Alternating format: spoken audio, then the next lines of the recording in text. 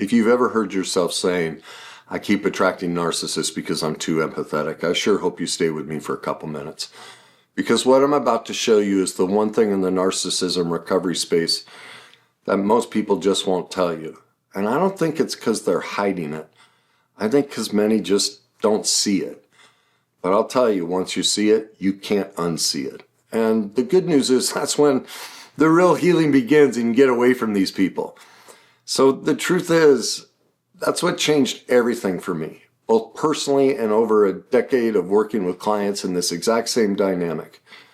And that is that the truth is empaths and narcissists are an exact mirror of each other. Both are on two different sides of the codependent scale. They're both operating from unhealed childhood shame. And they just express it from completely polar opposite ends of the same power spectrum. The narcissist is over here on the falsely empowered side, and the so-called empath is over here on the disempowered side.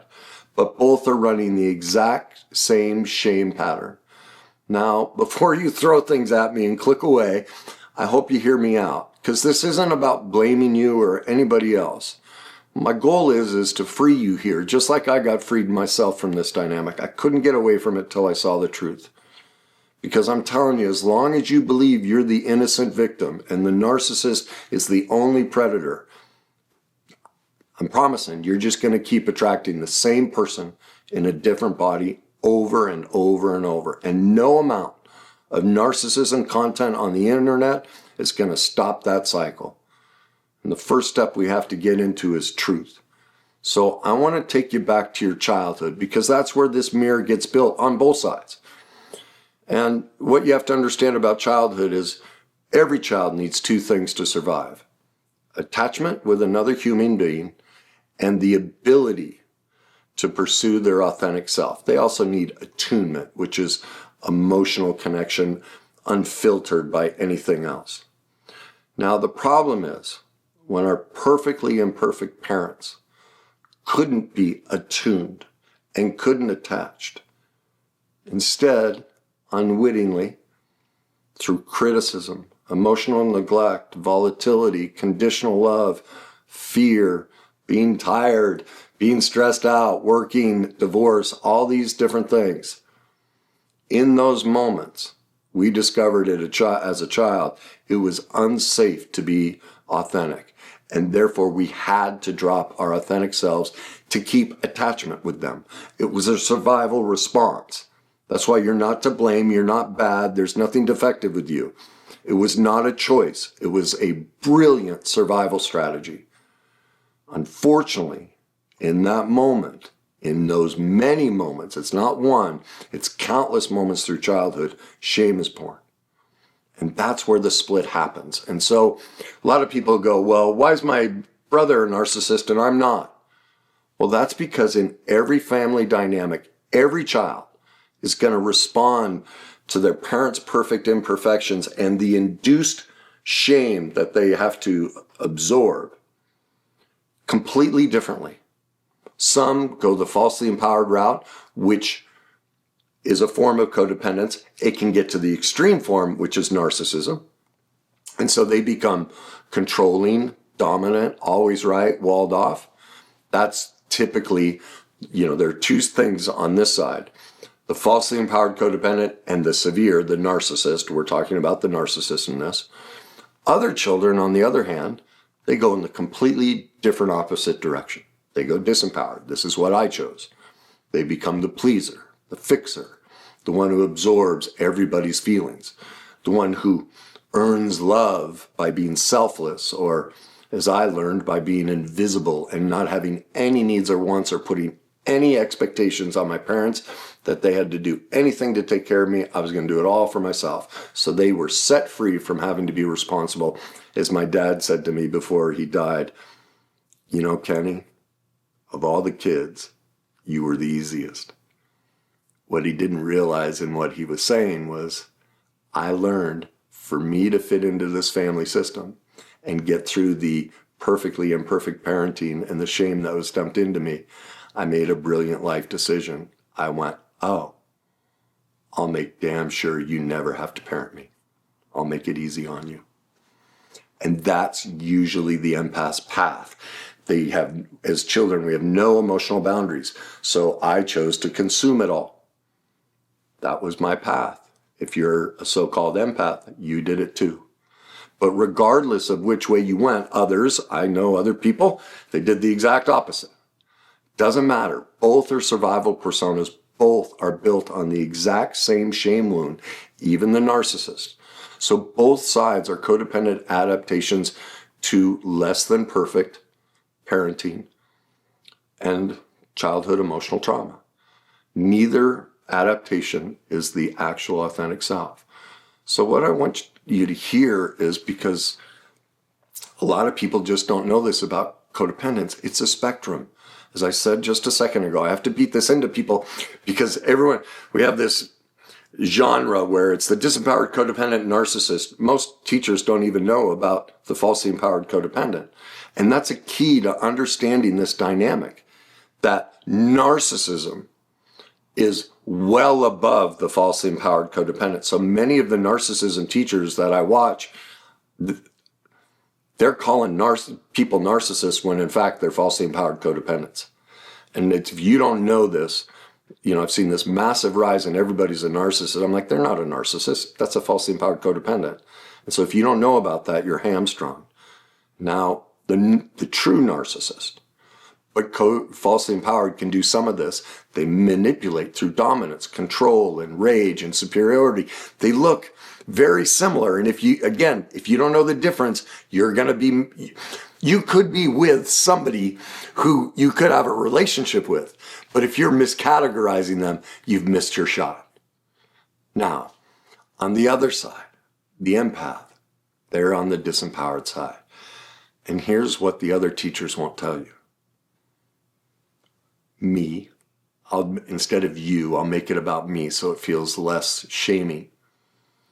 When you're a disempowered codependent, a so-called empath, we manipulate through niceness, through selflessness, through emotional absorption, and moral superiority. That's the one that's going to hit you hard. What? I'm not superior. Well, let's talk about that. What does the empath generally say? That the narcissist comes after me because I'm so kind, I'm so loving, I'm so emotionally giving, I'm so emotionally connectable and caring, and I'm so emotionally connected. But did you hear what? And this was me. I said all those things. And this is the truth I had to face. Oh my God. I just elevated myself above the narcissist. I just made myself better than them. I just declared that I'm superior to a narcissist. Wow. Sure does sound like a narcissist, right? Now, I call that narcissistic-like, because the disempowered actually wants to heal. They want to get better. They don't want to be hurtful. They just don't know. They're caught in a worst day cycle, shame-based survival persona, running an old shame-based emotional blueprint that was dumped into them. But once they get new information, if they're ready to heal, they're like, oh my God, I see it. You're right. I am. I'm becoming from the victim position. I'm making myself better than, which is a covert, falsely empowered, narcissistic-like adaptation. So I don't have to feel my shame. I get to be better than, instead of feeling and dealing with the original wound. But do you see, it's the exact same thing that the overt narcissist does, whether they're covert, well, all the different names they have, it's all the same dynamic. But the empath, the disempowered codependent, just like me, we're making ourselves better than others. So on one side, the true narcissist hides behind dominance and power and ego and being right, while the empath hides just as much behind niceness, emotional absorption, but still thinks they're better than. Both have been through unspeakable pain and are filled with unspeakable shame. Like, those are my two things: terribly low self-esteem and terribly high shame. And I still fight both all day, every day.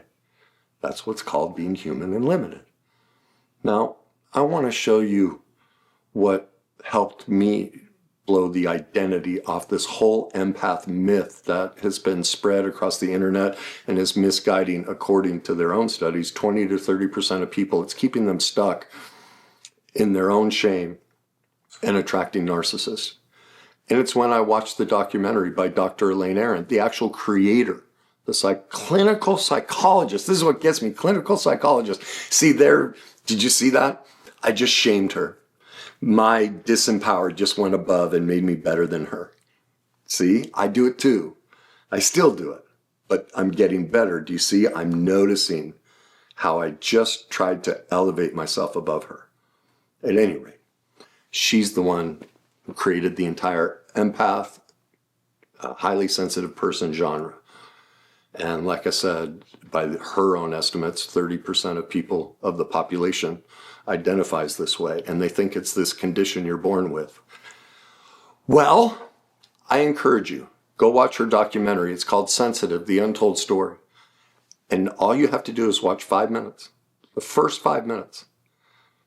She exposes her detachment from her authentic self, the adaptation of the false persona, and grabbing her worst day cycle and emotional blueprint from her parents and creating a survival persona. And in her own words, she describes how her parents repeatedly forced her into situations that were harmful to her. She describes just learning how to swim and being told a million times, don't go near the water, don't drown. Like her parents were so filled with their own fear and shame. If something happens to you, we'll be bad parents. You might die. They're filled with this. Remember, children need attunement, which is the ability to connect with your child without your own emotional pain from your past coming out. Well, they couldn't do it. No parent can. We're human. And all of it, just she absorbed all their fear, all their shame went right into her. And they told her how dangerous it was. And as she says, and then I was expected to learn to swim like other kids. And she can't see it. The survival persona, the worst day cycle comes in, the denial. Nope, I can't admit that my parents are harming me with their own pain and shame that they haven't healed. So I have to create a survival persona to protect myself. So did you see what she was admitting to? She wasn't born sensitive.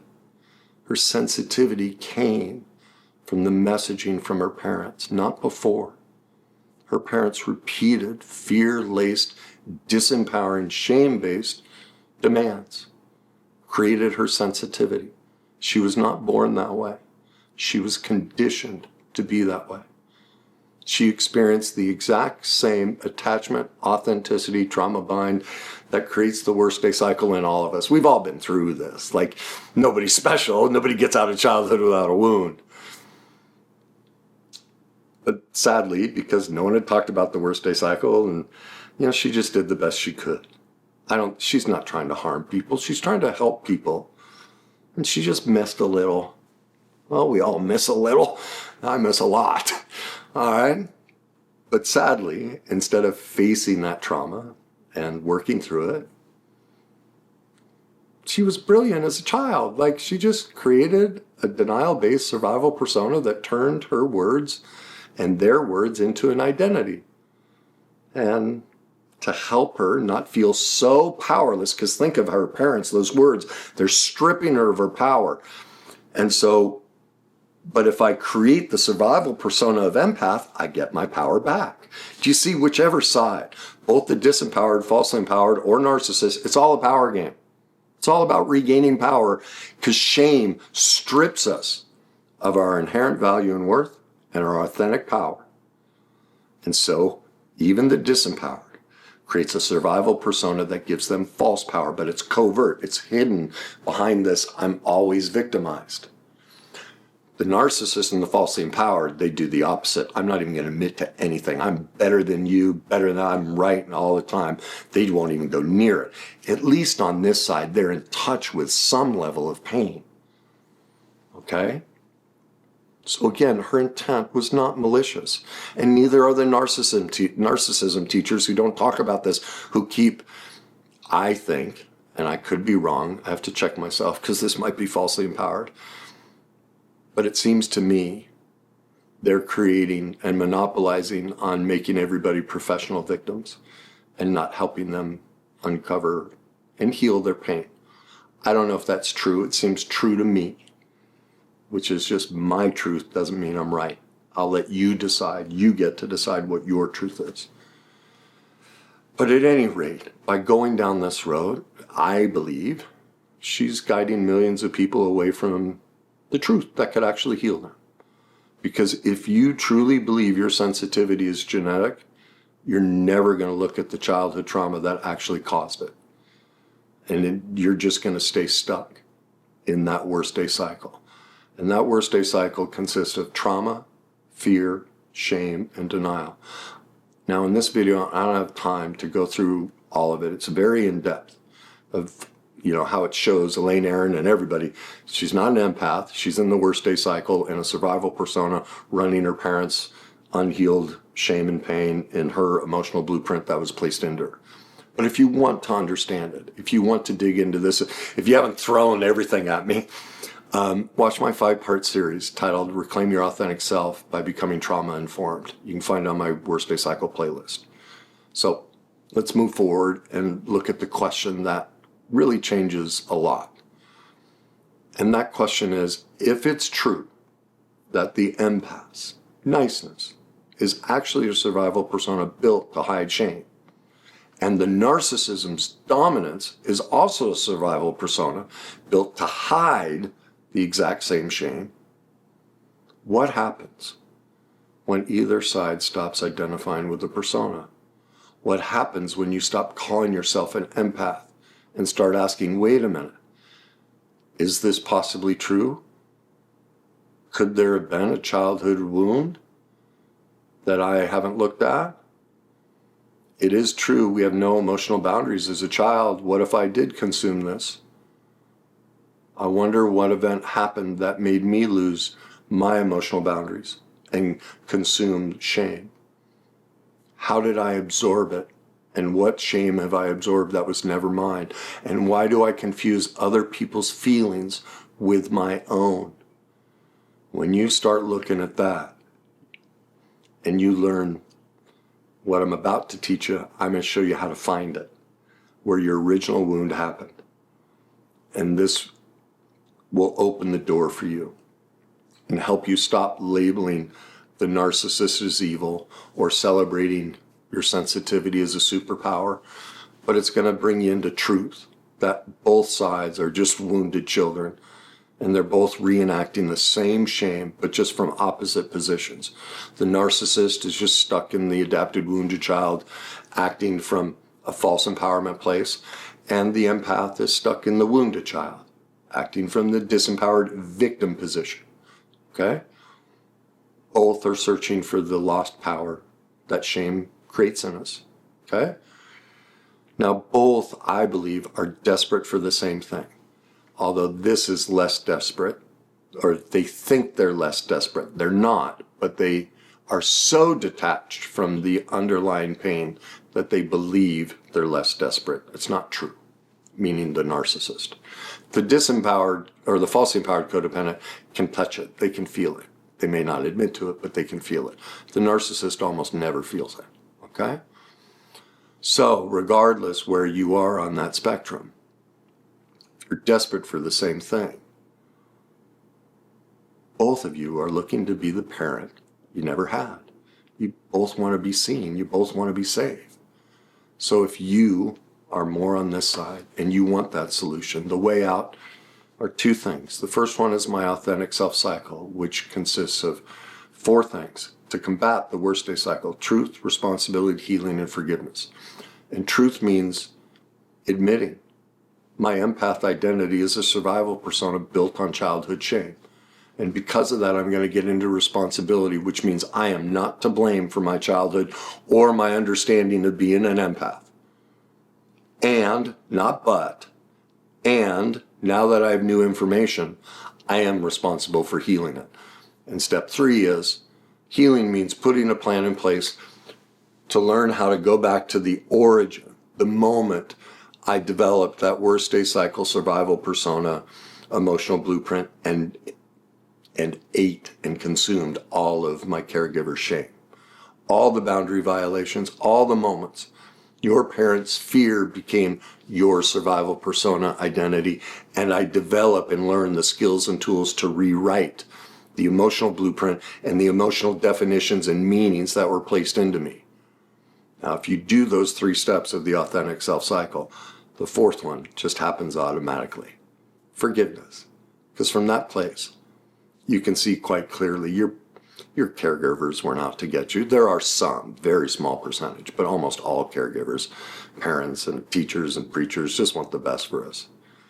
And so you'll be able to let them go and forgive them for placing this emotional blueprint inside you. And you'll also be able to forgive yourself because you never knew you were unconsciously just running this emotional blueprint that keeps you attracted to people who mirror your wound and keep you in that disempowered victim position, and then coming over top with false empowerment of making yourself better than them. Now, if you're anything like me, when I saw all of this in myself, I'll never forget the day I was out for a walk and it hit me and I just buckled. But then immediately I just saw and felt light. I'm like, oh, I get it now. Like, sorry, I just sort of relived it. I used to live on an apartment, this golf course, and I'd walk it every night. I literally was like 6, the sun was going down, and I literally just buckled, and I got so excited. I bring tears to my eyes. I got so excited because I knew, I'm like, oh my God, I can be free of this.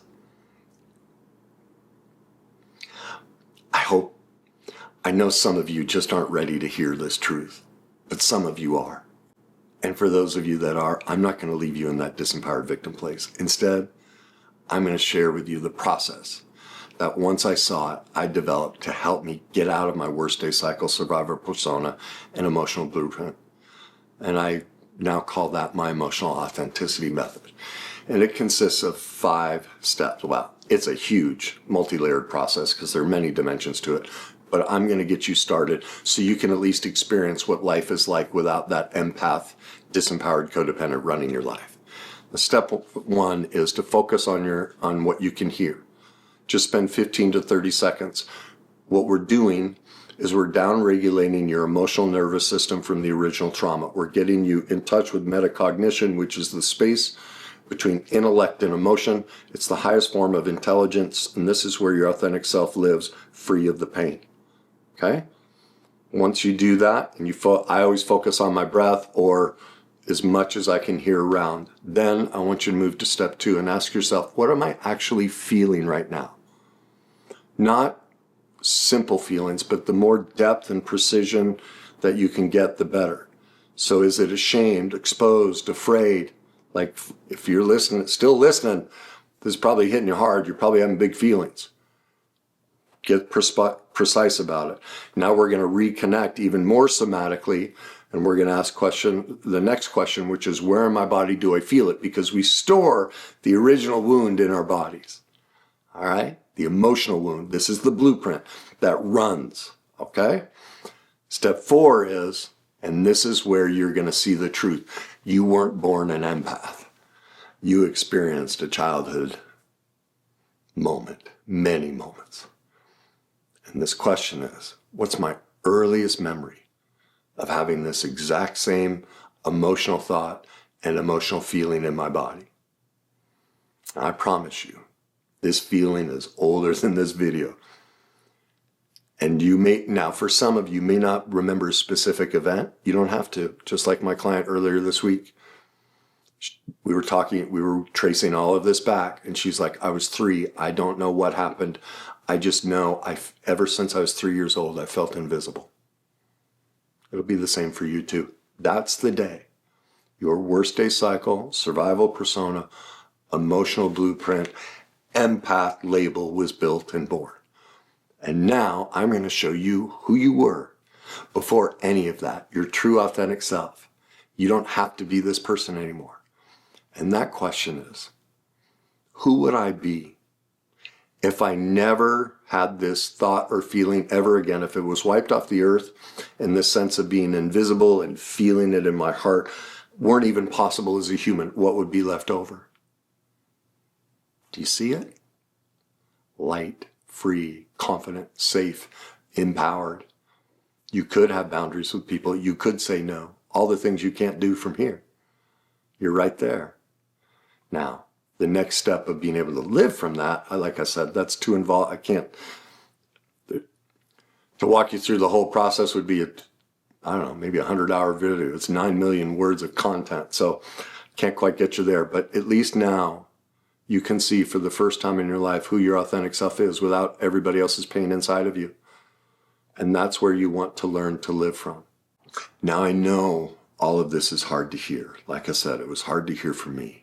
I had to face all of this in myself. I had to admit that nice, empathetic, caretaking version of me who could feel what everybody was feeling was actually a lack of boundaries, codependence, a survival persona, and a way that I was setting myself up to always be the victim.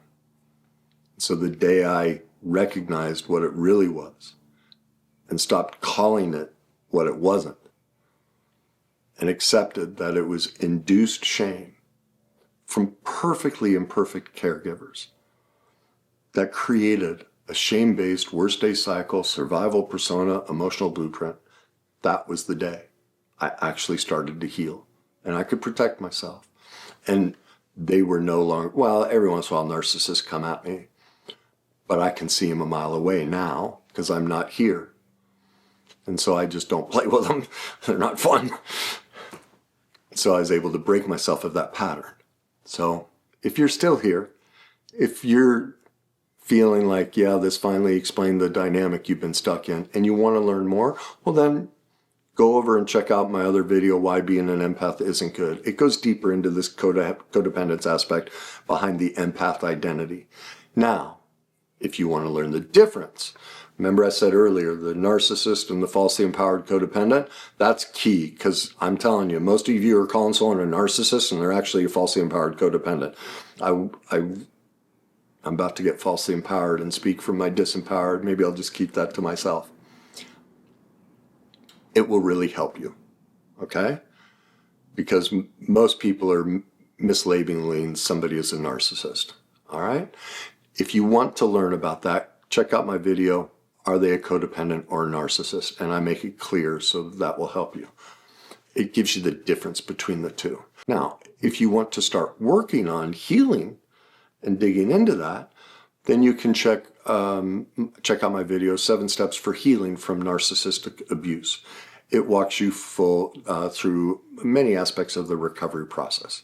For those who are ready to go a step deeper, check out my book, Your Journey to Success. I lay out the worst day cycle. I start to lay out the authentic self cycle. My second book really digs into that.